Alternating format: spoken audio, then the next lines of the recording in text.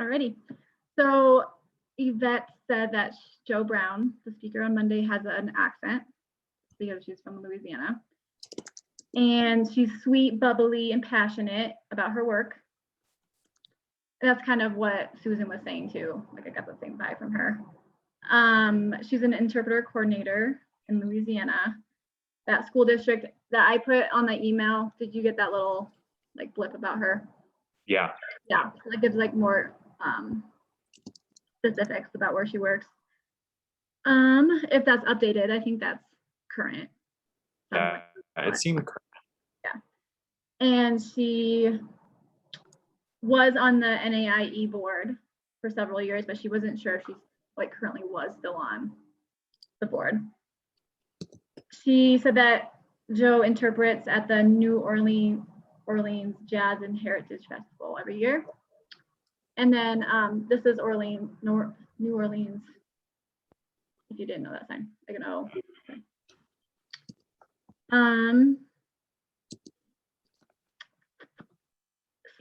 Slidell, that's where she's from. Remember Susan said. What did you say? So she's from Slidell. Slidell? Yeah, I haven't looked it up, but it's a town in Louisiana, obviously. Remember Susan said Salida? Oh, yeah. That's right. Like, oh, and this is the sign. So like on your arm, Slidell. Okay. Slidell. That makes sense. Okay. Mm-hmm. She's been I'm working. assuming because she works in that St. Tammany, if I'm saying that right, St. Tammany Parish school system, that would all be fingerspelled, correct? Yeah. In your opinion? Yeah. Yep. So she's been working there for about 15 to 20 years. And she hops around to different grade levels since she's the coordinator. She's not just at one school, she has all grade levels. She said some of the students that she's worked with have already graduated, so she couldn't remember exactly how many years she's been there, but she said a long time because kids that she's worked with have already graduated and went to college. This is just extra stuff. She said that she's really artsy and hippie and bikes everywhere with her dog in the front and a little basket. And Yvette said that she's one of the coolest people she's ever met, and that's how how she is today because of her skills and just person she is today. So that was really cool.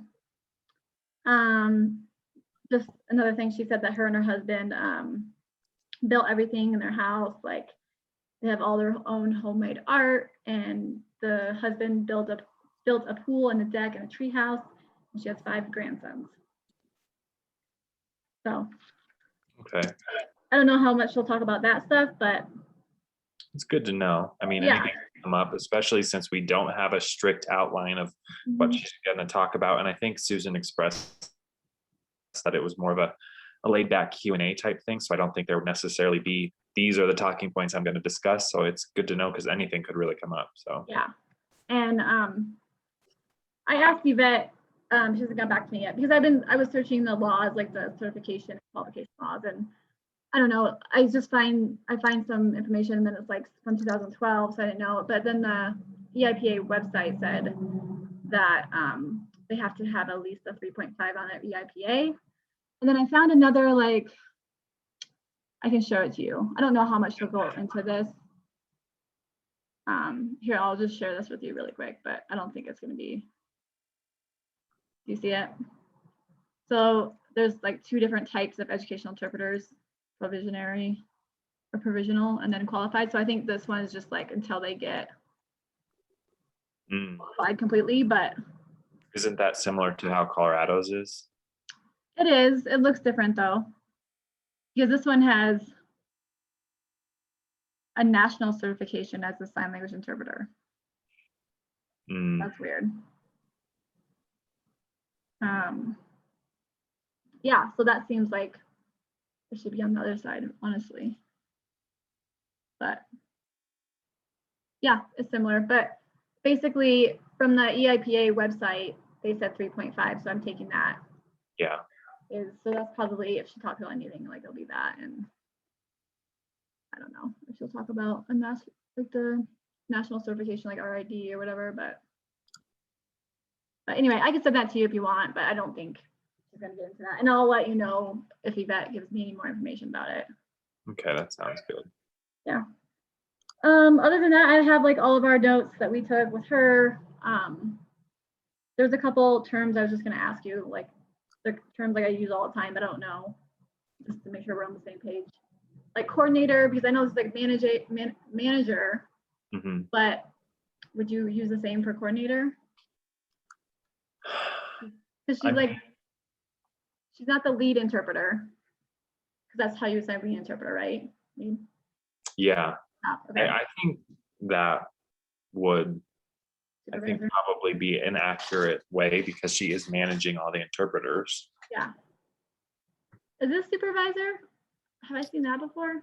No, just caretaker. I've never seen supervisor like that, but I don't know. It could be. That was my first thought, so let's do that. Okay. And what about teacher of the deaf? Like, obviously teacher of the deaf, but is that like TOD? I think if that comes up, I think we should probably do that expansion first and then teacher of the deaf. Mhm.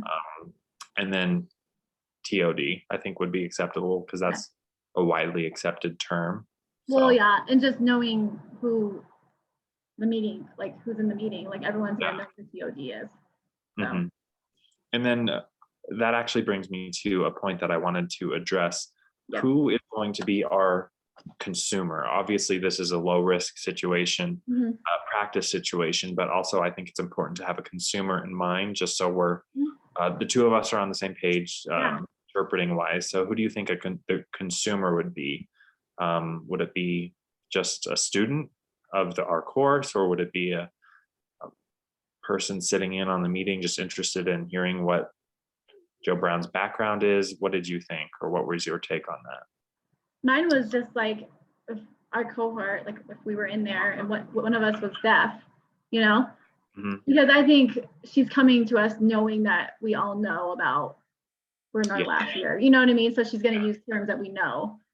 Yeah. So I think so. Is that whatever? Is that okay with you? Yeah, no, I agree. Because then less expansion where there's more common understanding amongst the Yeah. content. I think that that's appropriate as well. So yeah, I agree. Okay. Cool.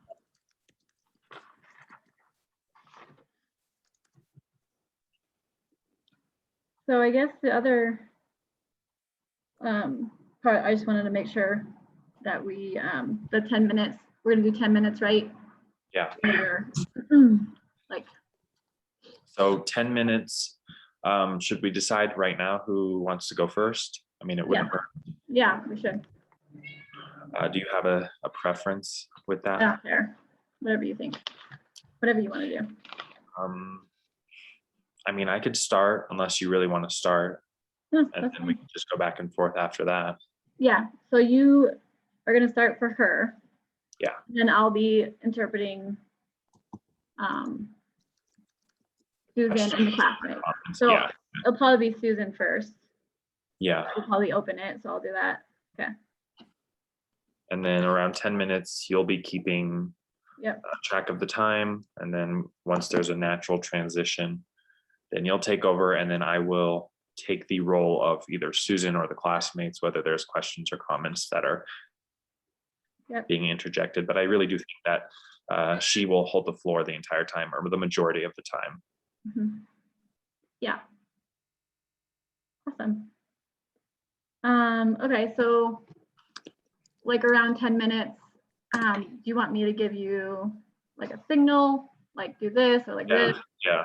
I think a signed cue Okay. rather than a spoken cue, because sometimes spoken cue, if there's like other, if it's specifically ASL, no, English to ASL, where there's talking already, more talking kind of throws me off. So I would prefer a signed cue. Mhm. Would you prefer the same? Yeah. Okay. You want to do like switch or this or like more like this to get attention? What do you? I think switch would work. This? Yeah. Okay.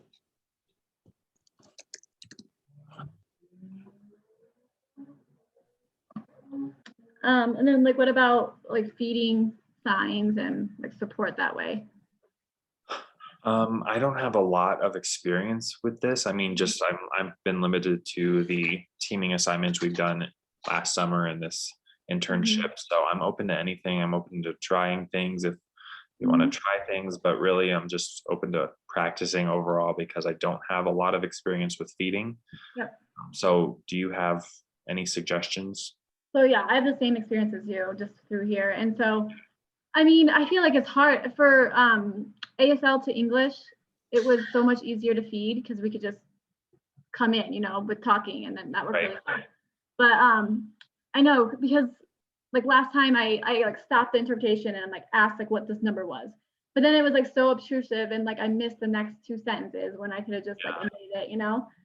But and then the other thing is I was like feeding my partner, but she was just processing. So I was like, you don't know, it's so hard because if they're pausing, they're just processing, but you're not sure. And so, and then Sarah, I was just with her this week. We didn't use it, but we were going to if we needed it. The chat box, which I've never like wasn't a big fan of before, but I mean in this situation we're on like a different thing and like not necessarily that you would get it while you're interpreting, but when you interpret again, like when it's your turn again, we can like put it in there or like you know use for cohesive, or I can if I go in. So and I think just using it, just showing that we can utilize the chat box too will be a good practice, I think. Okay. Yeah, I've never done that, but I'm open to trying. I mean, with this low risk situation, I think nothing can really hurt us. So exactly. Open to doing that. And my experience this week's teaming, I did feed. I had the group of 3 and I was feeding to Tim, and he was struggling with one concept or omitted a concept or forgot it, something like that. And I fed just quick news, just fingerspelled that, and it wasn't enough. Like he was like, what does that mean? So I need to remember to be aware of that. Just one word is not going to suffice if he's already struggling and already in that process of, wait, what did I miss? I'm trying to figure it out. So I need to be more aware of that and make sure I'm not just fingerspelling one word and hoping that you catch it. So I need to be aware of that. No, I understand that. It was hard too because like you don't want to take over the whole sentence, you know, and then it kind of distracts them too. Yeah. So I think just with practice, they'll come and Mm-hmm. you know, we'll just read each other. And once you start working with like the same team person, like you get to that's what Kirsten told me. She's like, we know what works for us. So now is we can just try, you know, different options while we can. Mm-hmm. Yeah. Well, I will tell you that I'm trying to increase my processing time, but most likely if I'm pausing for a while, it's that I'm lost. It's probably not that I'm processing. So if you see that like longer than normal pause, then it's probably that I'm missing something. But I've been like right on top of the speaker because I've been like really fast, but it's all English. I'm like, and that's what's like this internship has made me do is like I can sign much faster now, but it's so English. And I'm like, but it's okay.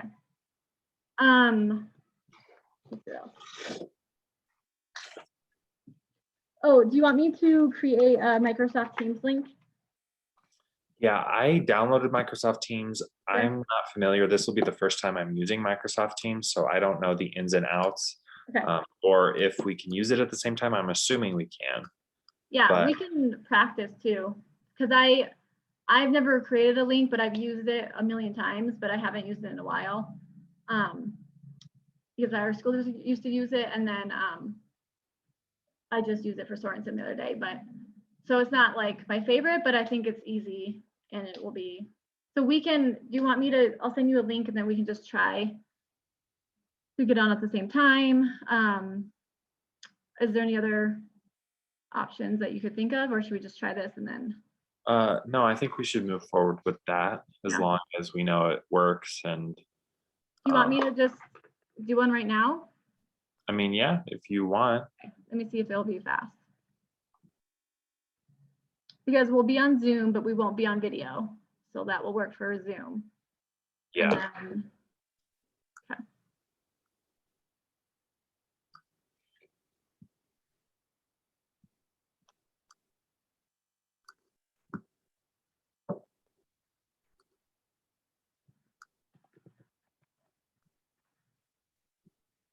call. I can never remember my password. Okay, well, it won't let me lower my screen because I'm recording, but here, I'll just stop recording. Do you want me to try it now since we're ready together? Yeah, that's fine. Okay, let me stop recording.